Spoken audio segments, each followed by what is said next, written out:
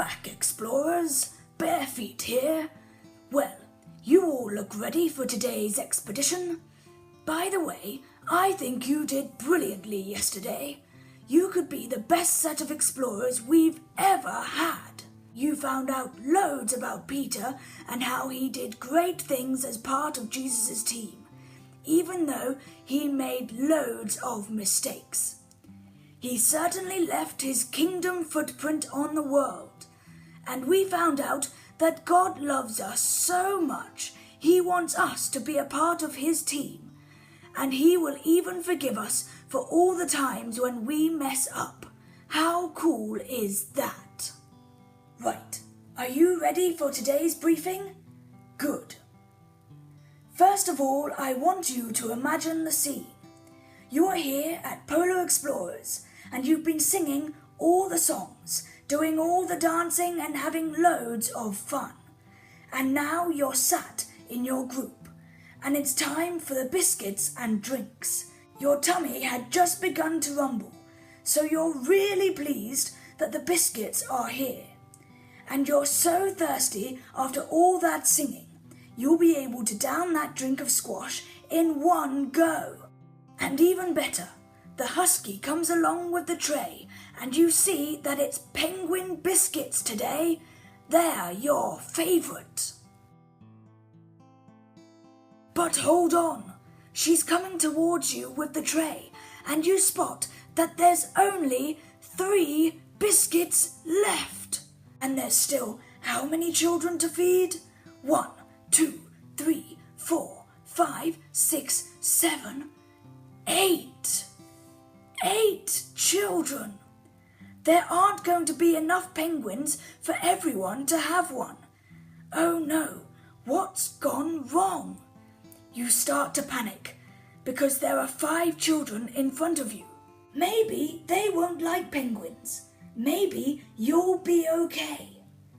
But no!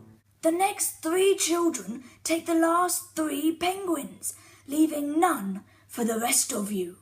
The husky looks worried. Do we have any more?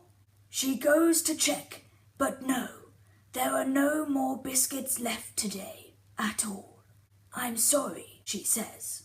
We don't have enough biscuits for all the children today. How horrible would that be? Not enough biscuits for everyone. Well, it would be quite horrible. And it's a bit like what happened to the new Christians in the Bible. Let me explain. So, you remember that we heard how Peter spoke to huge crowds of people, telling them that Jesus was God's son, the one they'd been waiting for hundreds of years. And that 3,000 people became followers of Jesus. Yes? Well, after that happened, more and more people wanted to be followers of Jesus. And what was really cool was that these new Christians cared so much for one another that they used to share everything they had. So if there was someone in need, another Christian would sell some of their own stuff in order to help them out. It was incredible. And they especially wanted to look after the old people, particularly those who lived on their own. They tried to give out food to people who had lost their husbands to make sure they didn't go hungry. But the problem was, there were so many people to look after, sometimes things didn't work out very well, and some people were missed out, which was really sad. A bit like the story of you not getting your biscuit at Polar Explorers. The disciples knew this was wrong. They wanted to look after people properly, so they had an idea. They would choose some really wise people to be in charge of sharing out the food. That would be their job, to make sure that everyone who needed it had something to eat.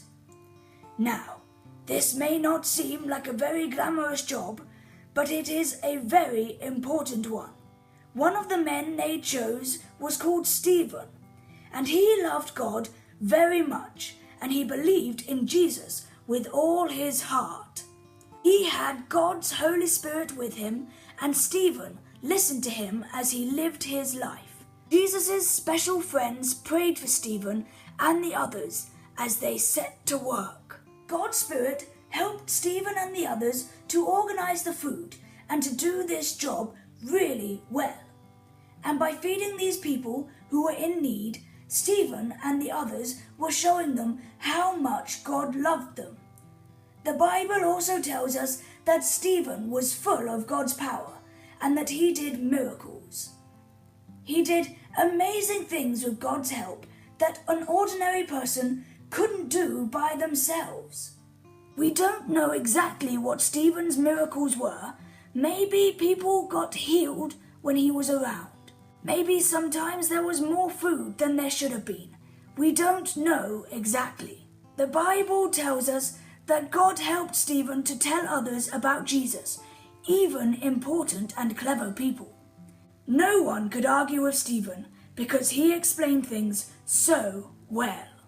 So there you have it, Stephen, another member of Jesus' team who left his kingdom footprint by doing the job that God gave him. He made a real difference to the people he served. You see, explorers, you are never too ordinary to be a follower of Jesus. Being on Jesus' team isn't just for the people who are really clever or good at singing or dancing. Being on Jesus' team is for everyone.